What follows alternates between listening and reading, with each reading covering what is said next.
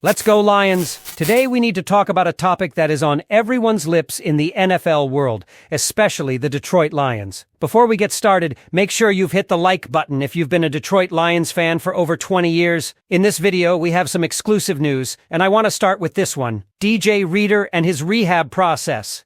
You know how injuries are in the NFL. We want our guys back as soon as possible, but we also want them 100%.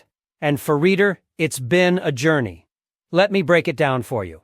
So, we haven't heard much from the Lions about when DJ Reader might be back on the field after tearing his quadriceps last December. The last thing Dan Campbell told us was that Reader was on schedule, which was definitely encouraging.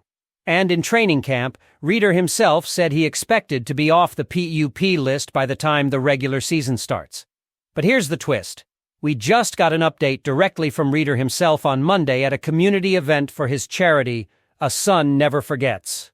While he didn't drop a bombshell and give us an exact date for his return, he did share some new information about how his rehab is going. Here's the kicker. Back in June, things didn't go as smoothly as he'd hoped. He had to have a scope procedure which slowed things down a bit. Reader said on the Lone Wolves podcast, "Kind of had a lull in like June where things just weren't shaking the way I really thought it would. So I ended up having to get a scope." Now, if you're like me, that sounds concerning. But before you start thinking this is a major setback, let's put it in perspective. Dan Campbell still believed that Reader was on schedule when camp started, so this scope surgery didn't throw the whole plan off course. What it does show, though, is Reader's resilience.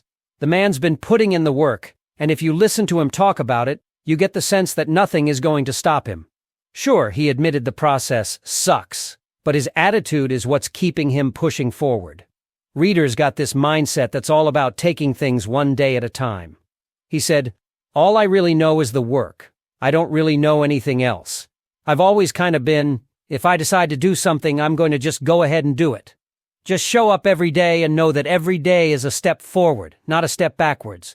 That's just kind of how I go about it." That's the mentality you love to see in a guy fighting his way back from a serious injury. Now let's talk about the decision the Lions have to make with him coming up soon. The roster needs to be cut down to 53 players by next Tuesday, August 27th. And here's where things get interesting. The Lions have a couple of options with Reader. If they think he's not quite ready to go, they could keep him on the reserve PUP list. That would give him more time to rehab, but he'd miss the first 4 games of the season, and he wouldn't be able to practice during that stretch either. On the other hand, if they're feeling confident in his progress, they could take him off the PUP list. That would mean he counts against the 53-man roster, but he'd be eligible to practice and, if all goes well, play right away. It's a tough call, no doubt. You don't want to rush him back before he's fully ready, but having him back out there as soon as possible would be a huge boost for the defense. And honestly, from everything we're hearing, Reader's got the mindset and the work ethic to make it happen sooner rather than later. So what do you think, Lions fans? Should the team play it safe and keep Reader on the reserve PUP list to make sure he's fully healed? Or do you think it's time to let him loose and see what he can do on the field? Let me know your thoughts in the comments below, and let's keep this conversation going as we inch closer to the start of the season.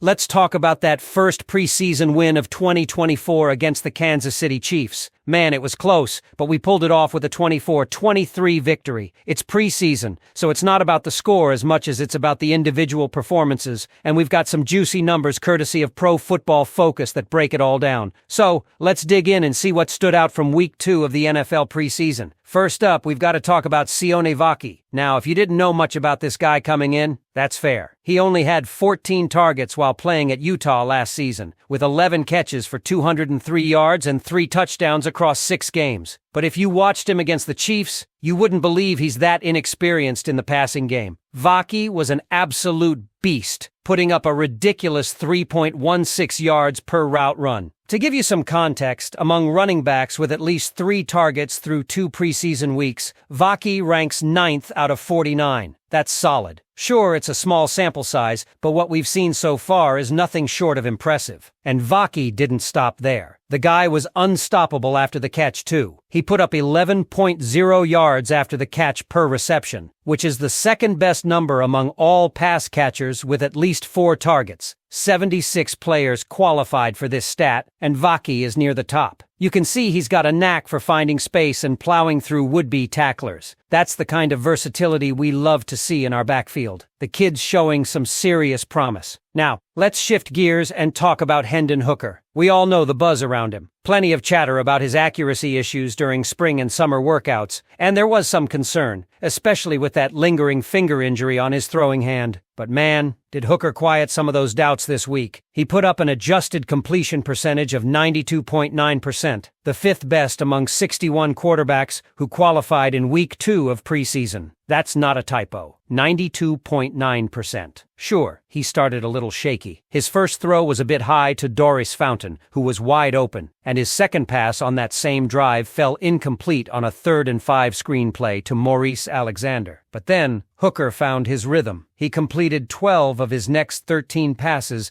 and looked much more comfortable working through his progressions. His balance and ball placement improved as the game went on, which was exactly what we needed to see. If Hooker can string together another strong performance against the Pittsburgh Steelers next week, it's going to boost his stock big time as a backup in Detroit. Now, we can't wrap this up without giving some love to our offensive line, particularly Giovanni Manu. If you didn't know his name before, remember it now. He's a raw talent from north of the border that we took a chance on in the 2024 NFL Draft. And yeah, most people thought it'd take him years, plural, to develop. But in Week 2, Manu showed some serious progress, especially in pass protection. Manu posted a perfect 100.0 pass blocking efficiency score. Let me explain what that means. It's a Pro Football Focus stat that measures the pressure allowed per snap, giving more weight to sacks allowed. The bottom line, Manu didn't just avoid giving up a sack. He didn't allow any pressure at all in 19 pass-blocking snaps against the Chiefs. That's major progress for a guy who was considered a long-term project. The fact that he held his own like that is huge, and it's something we should all be excited about as he continues to develop. So, there you have it, folks. A preseason win with plenty of positives to take away. Vaki is showing he could be a real weapon in the passing game. Hooker is silencing his critics with sharp, accurate throws, and Manu is holding his own in the trenches. These are the kinds of performances that get you excited about what this team can accomplish, even in games that don't count in the standings. Now, I want to hear from you. What do you think about Vaki's breakout potential? Are you buying into Hooker as a solid backup after this performance? And how about Manu? Are we looking at a future starter on the O-line? Drop your thoughts in the comments below, and let's keep this conversation going. As Week 1 approaches, the Detroit Lions are facing a serious dilemma at wide receiver. Injuries and inconsistent performances have left the team scrambling for solutions, and the need for outside help is becoming more evident. Click the video on your screen for more Lions updates and insights. One Pride.